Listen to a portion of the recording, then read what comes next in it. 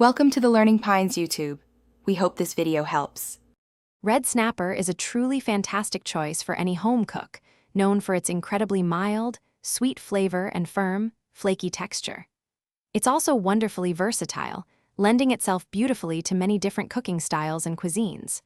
You'll find it's a real crowd pleaser, perfect for a special meal with friends or even a simple weeknight dinner for the family. It's time to discover how to prepare this delightful fish at home.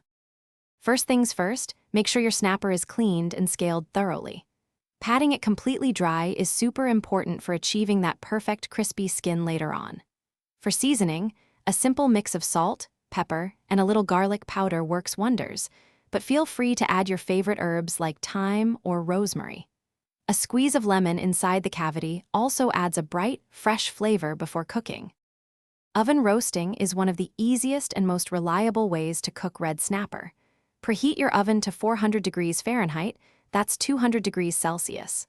Lightly brush the fish with olive oil, then place it on a baking sheet. For a whole fish, plan on about 15 to 20 minutes of cooking time, depending on its size. The internal temperature should reach 145 degrees Fahrenheit when done.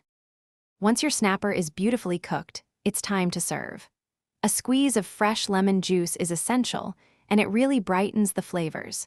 Garnish with some fresh parsley or cilantro for a pop of color and extra freshness. It pairs wonderfully with roasted vegetables, a light rice pilaf, or even a simple green salad. Enjoy the delicious results of your cooking at home. Remember, the key to perfectly cooked fish is not to overcook it. A meat thermometer can be your best friend here. Always look for flaky, opaque flesh, and try not to poke it too much during cooking. Red snapper is a truly impressive yet simple dish to master, perfect for elevating any meal. Go ahead and give it a try, you'll be so glad you did. Thanks for watching. Consider subscribing if we helped you.